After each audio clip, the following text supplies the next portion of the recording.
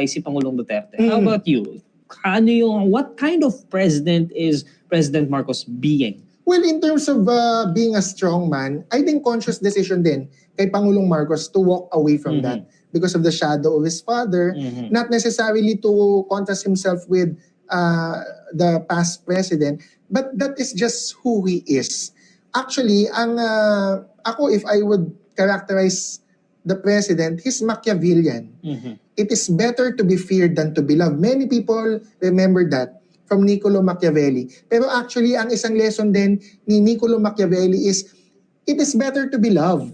But if you have no choice, it is better to be feared than to be loved. So President Marcos seems to be a president who wants to be loved. He wants to redeem his family name. He wants to redeem his own name. He wants to be loved by the people na he's addressing corruption, he's addressing the West Philippine Sea, he will address gut issues.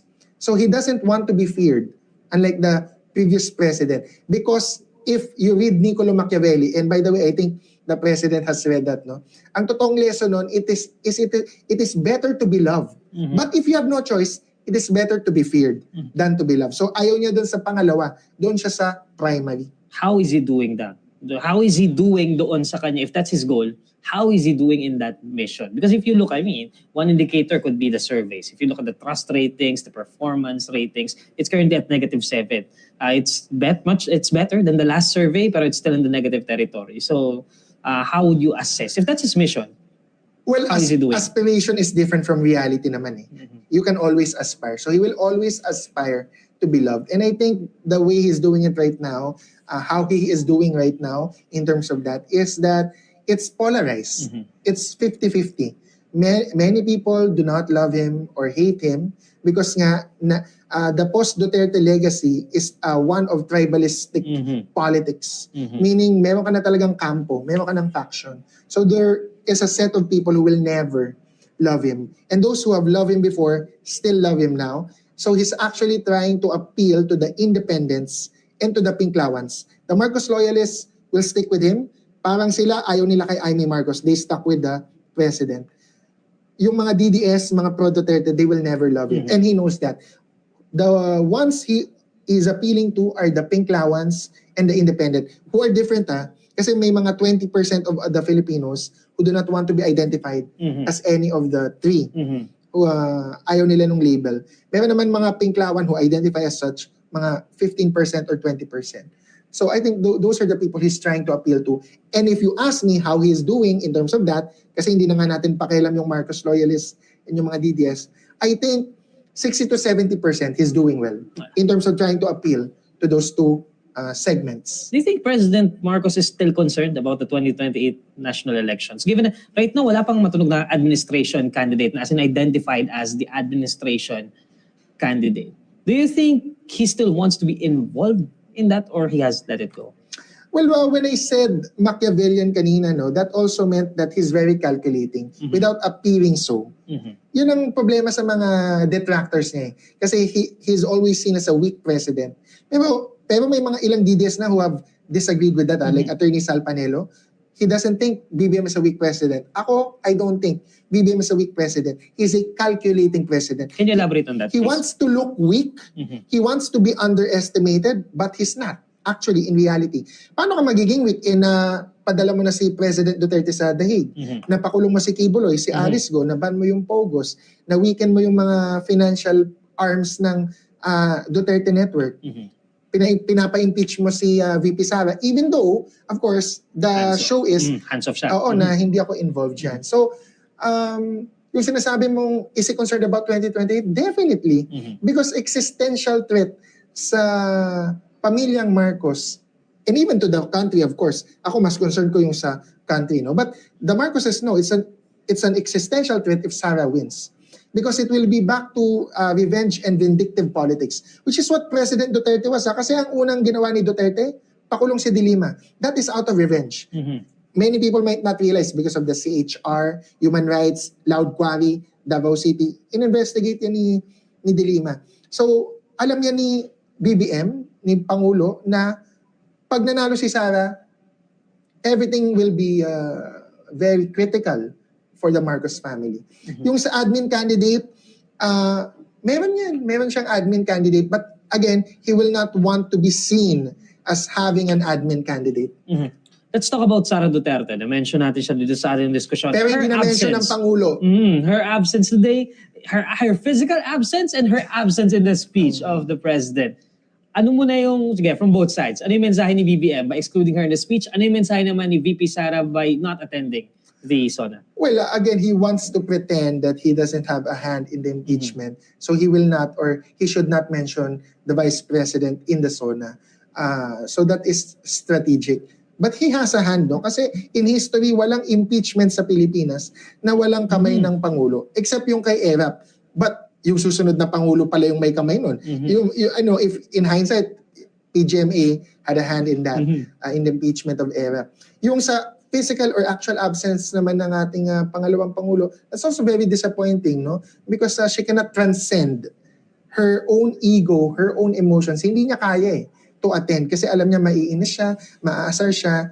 So that's very disappointing because she's not able to suck it up like Senator De Lima did and do your job. Listen to the President in terms of accomplishment and the future priorities and how you can help kasi she's still part of the government The Vice President, despite all of the political bickering, is still part of the government kahit wala siyang posisyon. So she still has to know and listen to the President's priorities. So this is another case of the Vice President being more bakasyon than action. Now, just to summarize, no, to close this interview, a couple more questions. So, number one, after listening to the speech of the President, do you think Filipinos, Pilipino din tayo, kayo, do you have more questions or are you more hopeful? I think I'm hopeful. Kasi nga, we heard about some form of closure about the state of accountability on the flood control, although more to come pa dapat. And yun naman din ang sinabi ni Pangulo. Pero yung future pa in terms of nuclear energy, yun yung nakakapagpa-forward looking sa SONA na merong systems loss abolition, tax exemption sa income tax, nuclear energy or the possibility of it, more mobility, MRT7, etc. So for me, ako as a person concerned about mobility, energy, and taxes, I am hopeful na madami pa palang pwedeng mabigay na ginhawa sa tao. Next year will be the President's final State of the Nation address. Do you think, parang ano yan yung penultimate at yung final, parang alley-oop yan kumbaga, para slam dunk yung kahulihan mong SONA. Do you think the President should stick to this kind of pattern that he's been doing in his SONA? Or do you think na yung final SONA niya could be an opportunity for him to be more aggressive, mas may ngipin, kumbaga, sa kanyang mga statement? Not just, it could be a political message or it could be on the China issue. Ang sagot, question mark It depends. It depends kung mapa-impeach si VP Sara. Everything else will follow What the President will think and say and do next year all depends on whether or not he can survive this political conflict between two families, the Marcos and the Duterte. If he doesn't, then he will be very weak coming in the SONA. In the last SONA of his presidency, if the Vice President is not convicted, if the Vice President comes out stronger after the impeachment, all else will not matter. He will look weak regardless. I-realize ko lang habang nag-uusap tayo no, na parang of course the President wants to show na hands-off siya dito sa impeachment ni Vice President Sara. But if you look at it, hindi siya makakaiwas dahil because of the BIR records that would need his approval before ma-release dito sa impeachment. Just like President Noynoy Aquino approved the opening of the BIR records, he will have to do that as well. So he will have some small part and he can never deny a connection anymore when he does that. Say, even allowing it or not allowing it is already a political message. And I doubt he will not allow it. I doubt he will allow it. Final question, report card, ito na. Kung bibigyan mo ng report ng grado, si Pangulong Bongbong Marcos base sa kanyang SONA ngayong taon, ano ang grado ni Pangulong Sa akin, Marcos? 7 out of 10. Might sound harsh, no? Pero madami siyang mga sinabing maganda, madaming accomplishments, yakap, yung mga crop insurance, yung mobility, okay yun lahat. But as I said kanina, we have an elephant in the room. What about the classrooms? You gave the biggest budget. Wala akong narinig.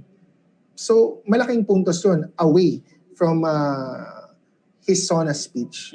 So, that's largely one of the main reasons why I can only give like 7 or 7.5 out of 10. What's the biggest takeaway from this year, Sona? The biggest takeaway is that the president is not weak.